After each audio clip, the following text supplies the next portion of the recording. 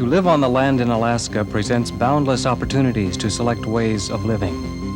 The land, this Mother Earth, holds the secret of who and what we are. Seeing how we act within and upon the land is to explore the mysteries of man. It is a statement of the present, a window to the future.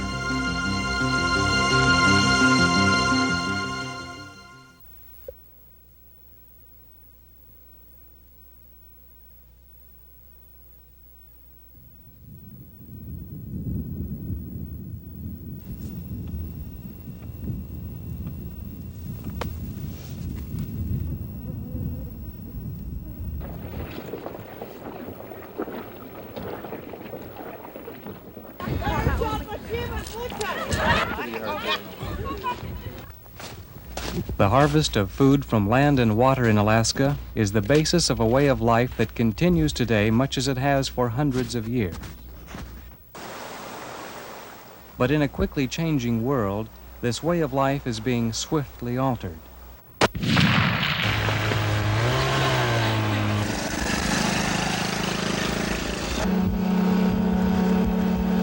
Some of the tools and methods of harvest have changed over the centuries. People from other cultures have joined in the way of life, but traditional hunting and gathering in Alaska continues.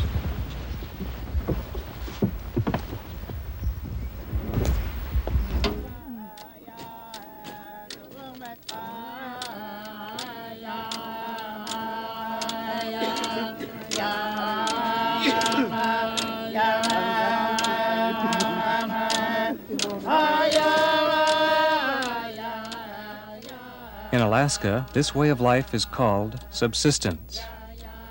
Subsistence life is as old as humankind and is practiced in a variety of ways. Some of the most traditional subsistence practices are those of Arctic Eskimos, like the Inupiat of Point Hope.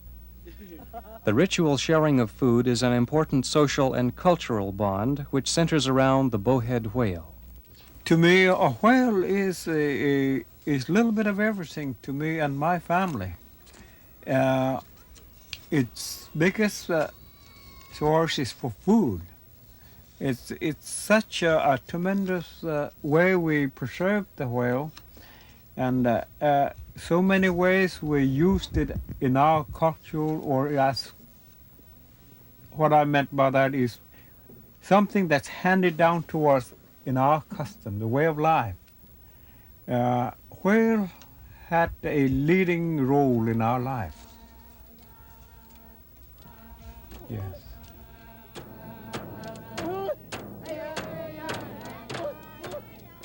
The annual ceremony which follows the spring whale hunt in Point Hope lasts several days. The festival honors the whale as it symbolizes the importance of whaling, not simply as a food source, but as a significant part of the social life of Inupiat culture.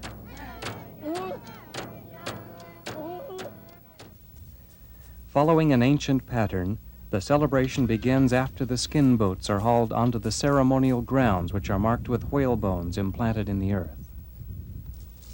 A flag is raised over the successful hunter's boat.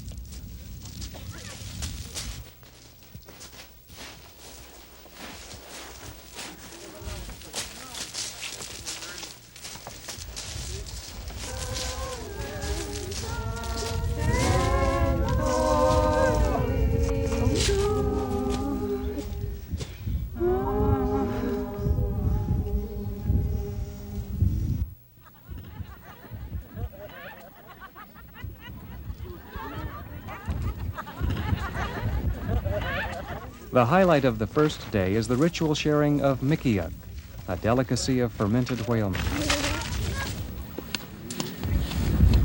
It's all good. Slices of bowhead flipper are passed out on the second day. I'm the first one.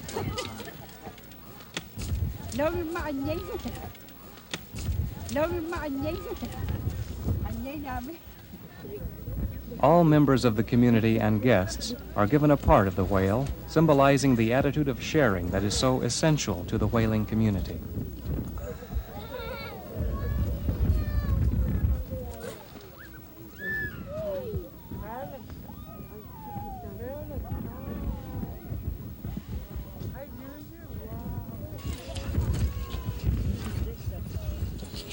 sure it's a good sized whale.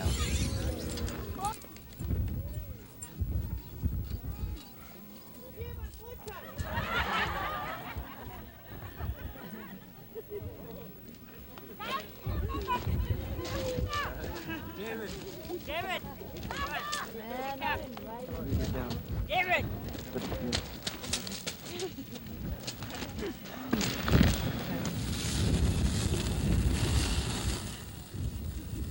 That's a woman's job, is to cook. On the third day, a feast of many foods is prepared, including elaborate preparations of beluga and bowhead whale. The heart is all cooked up. The kidneys. We cook some and pass out some to the women here for their own cooking. You see the stomach? We cook it up. Intestines. We don't waste nothing.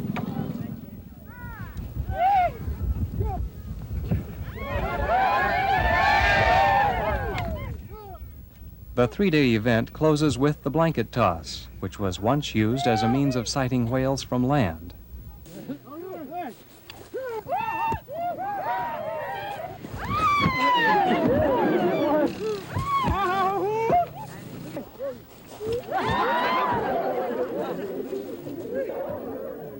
Because the bowhead was hunted to near extinction, some scientists and conservation groups have asked for an end to the Eskimo whale harvest, a prospect that angers villagers.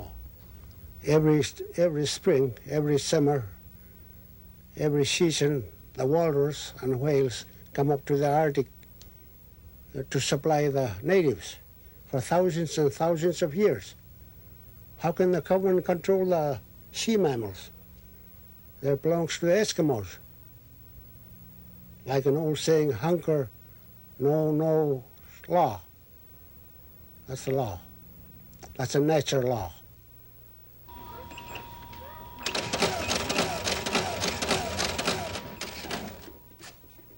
Inupiat Eskimos are not entirely dependent on subsistence gathering today as they once were. Most villages and towns have modern stores which provide a wide variety of packaged foods. But Eskimos say these foods do not satisfy their physical needs in the harsh climate of the north. Also missing is the cultural bond subsistence-caught foods provide.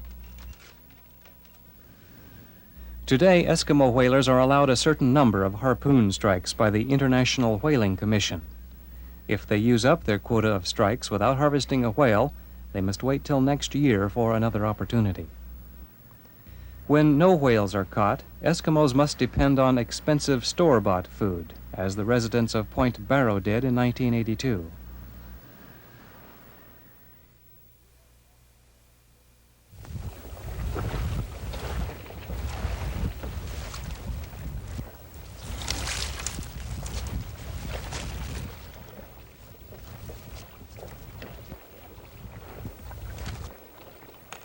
When the salmon swim up the rivers to spawn in the spring and summer, people leave their villages for the fish camps where they catch and preserve fish for winter food.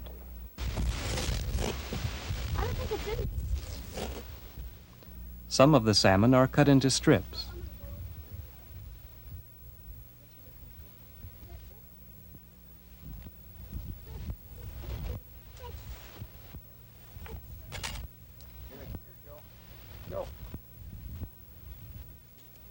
The salmon strips are smoked according to family tradition and sold or traded.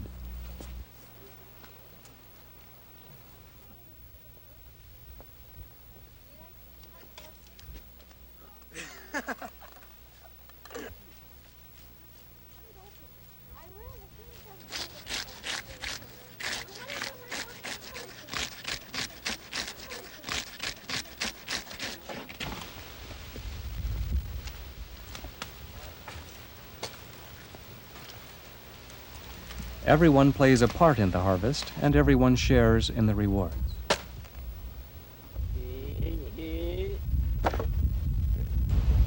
Heard you've been doing that since you were 6.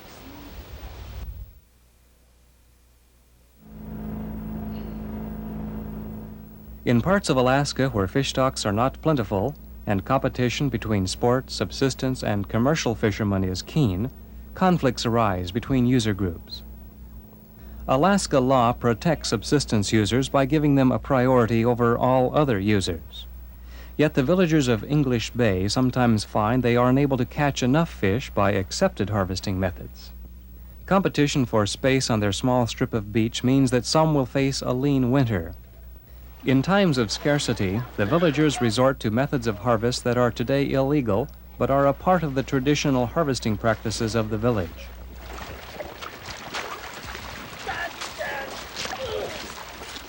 That's the fish.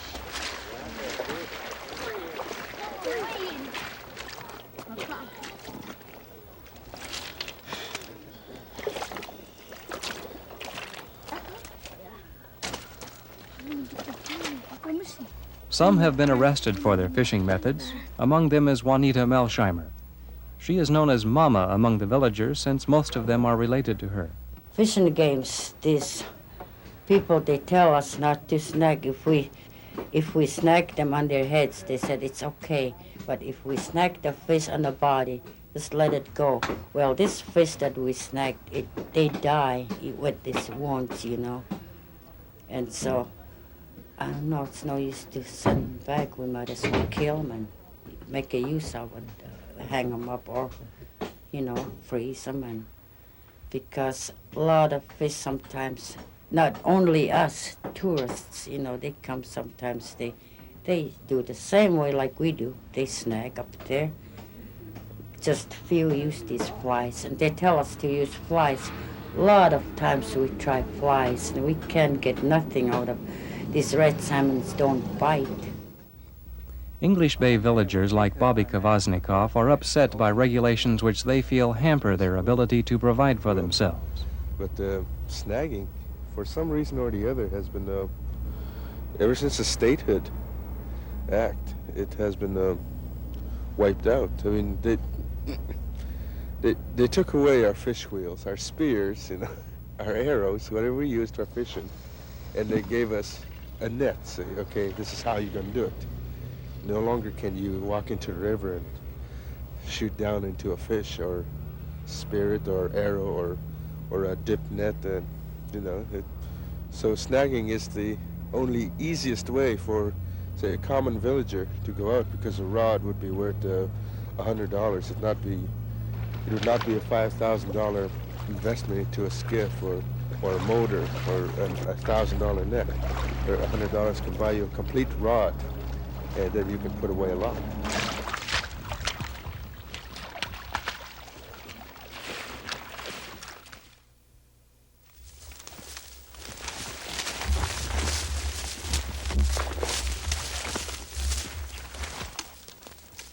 Fish are an important part of the subsistence food supply for Indians and Eskimos, but they also depend on taking a moose or caribou in the fall.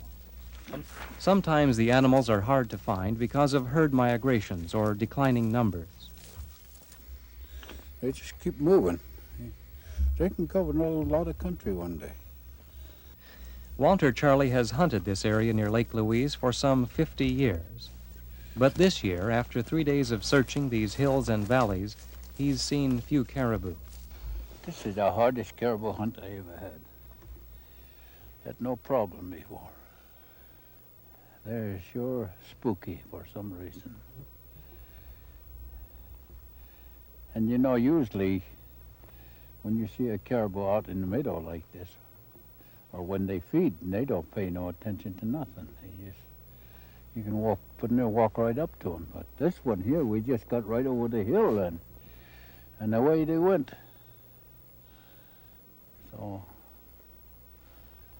I think there's been an awful lot of hunters. Of course, we saw a lot of hunters go by.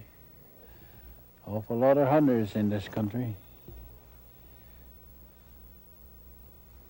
And this used to be nice country. Boy, that's... Of course, I've been telling you about this country, you know, how we never got out of here without any meat. That's my first time I ever leave here without any. I fish and have a big garden, and haul coal, and I'm busy all the time. The harvest of food for subsistence use is not limited to native Alaskans. Settlers and newcomers also depend on the harvest of fish and game for food. Louis Jolson of Kachemak City is typical of the long-time Alaskan who depends on his subsistence catch. I had 3 kids eating and everything, then I had to have quite a bit. But now, just a wife and I, and we can get by on what we're allowed to take. We're allowed 25 fish for me and 10 for her. So with that, we salt some, and we smoke some, and we freeze some, and that way we take care of all the fish. Well, I couldn't afford to buy the fish. If I had to buy it at $1.70 or 80 cents a pound, I couldn't buy fish. You know. So if I can catch it myself, well, I'm not much further ahead.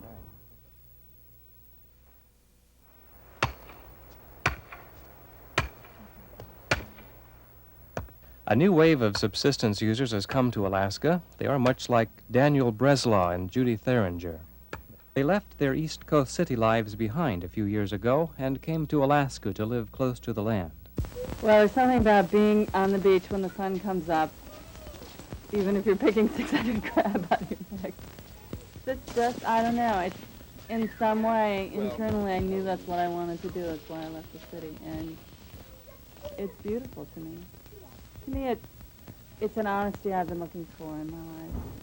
Getting, you know, it's hard to describe those more intangible aspects of fishing or subsistence living or, you know, trying to change your whole upbringing to do something else in this culture, which we weren't prepared for. God, remember that time I hit the cameraman in the head last year? Yeah. That's it.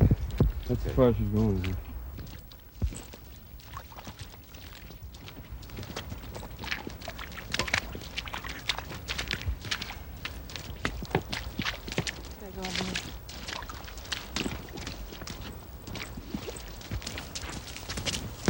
Let's go this way because that big rock's there. Yeah.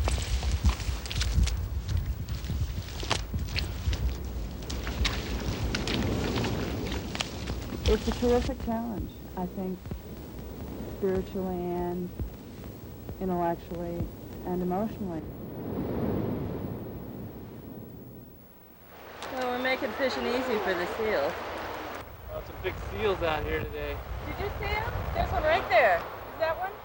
I mean, they're not To get about 10 feet. But Melsheimer had 3. Yeah.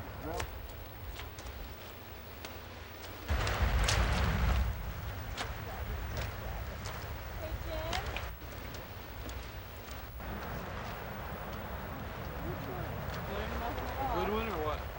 Yeah, he's sitting up on that rock there.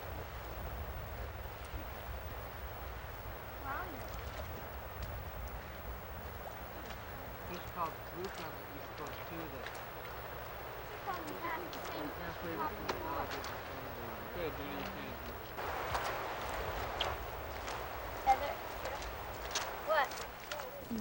I think a lot of the tasks are drudgery. You know, it's hard to glorify and romanticize it because it is drudgery, but I think having control over your life and doing it with other people, adding that aspect to it, and sort of trying to create new forms, new ways of living is a challenge for us, which I think gets us through some of the drudgery of it. Susan, this looks beautiful. I hope it tastes okay. It had a rough trip in it.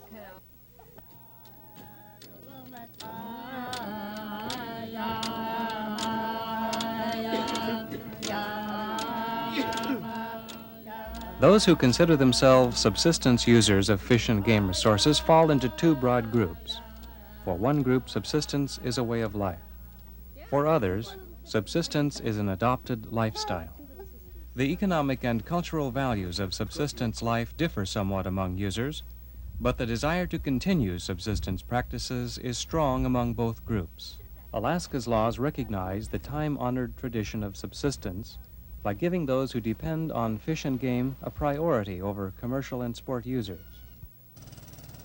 But Alaska is in the midst of great social and political change, which promises to reach deep into the fabric of activities that are traditionally Alaskan, like subsistence. As these changes occur, an important public policy question will constantly emerge. Will the resources necessary for subsistence life to survive continue to be made available as competition among all user groups increases?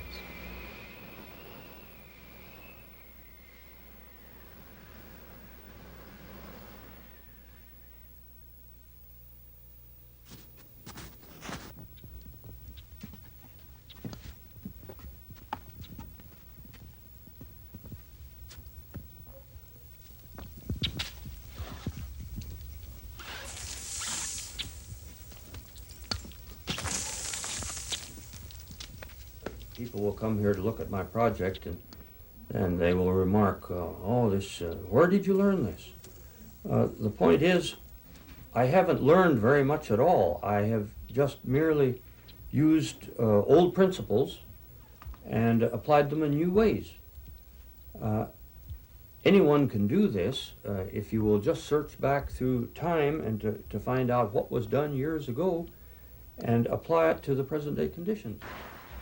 To become self-sufficient on the land in interior Alaska is Everett Drashner's dream.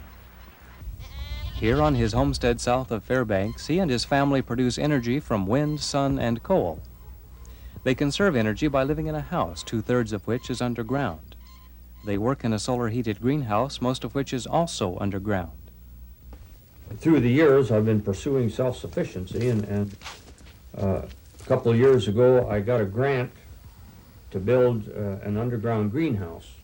So this grant just helped me in pursuing our dream of self-sufficiency.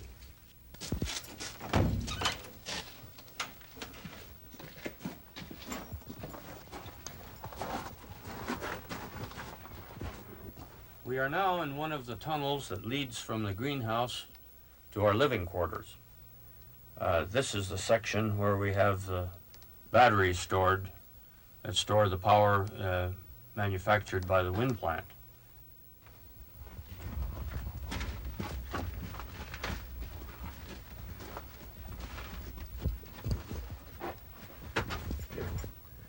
Because the temperature underground here is 40 degrees, both summer and winter, and we have opted to use this area for a refrigerator.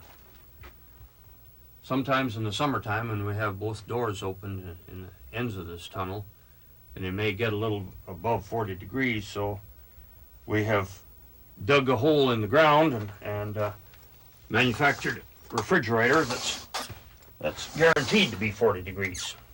It's always 40 degrees down there in the ground.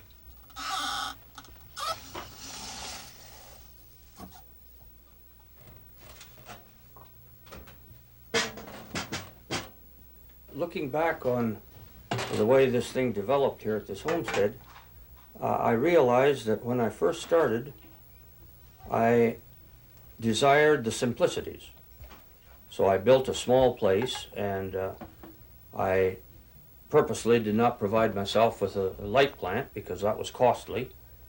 And I thought I'll get by with just the simple things, similar to living in a one-room cabin way out in the woods. But as time went by, I wanted more and more things. So gradually through the years, and I accomplished this. I got just about all of the conveniences that a person could have in a modern city. But then my likes changed, and I started going back to the simplicities again. That's one reason that I got a wind plant. That's one reason that I'm into alternative energy now, is because it's a method of having the best of conveniences and yet not the worst of the conveniences. When I first came to this country, the wind and I were more or less enemies. You certainly had to dress for it, and it seemed like it always came along to spoil your most interesting outing when you were out skiing or snowshoeing. It made life pretty miserable at times outside. And once we put the wind tower up, and the wind instantly became a friend. I mean, we were getting energy from the wind, and I would go out there and I would want the wind to blow. At first, it was difficult to get used to the idea of DC. Our home is wired entirely with DC. And I did go through a number of appliances. I burned up irons and toasters and mix masters and things like that, forgetting that they were AC rated only, and I'd plug them in and a shower of sparks would come along, and it, you know, was very exciting for a few moments there. And that appliance bit the dust. And gradually I've weeded out my appliances that I can use and the ones that I can't use. The ones I can't use went to the garbage dump, of course. Self-sufficiency, of course, is a misleading term because I can never be totally self-sufficient. But I'm trying to find the highest degree of self-sufficiency that is practical. And I think that we're getting close to it, and I think that many other people are learning the same thing that I've learned, and we're all working together to achieve the same goal. I see this happening all around me. Friends, neighbors, the state in general. I think it's an encouraging thing.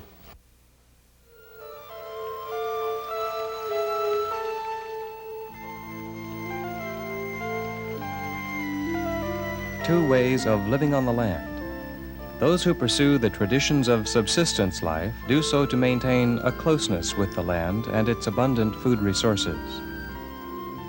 For Everett Drashner and his family, the application of simple, efficient technologies makes possible a new, closer relationship with the land. Two ways among many of living on the land. Both reflect the fruits of living in harmony with the rich environment of this community we call Alaska.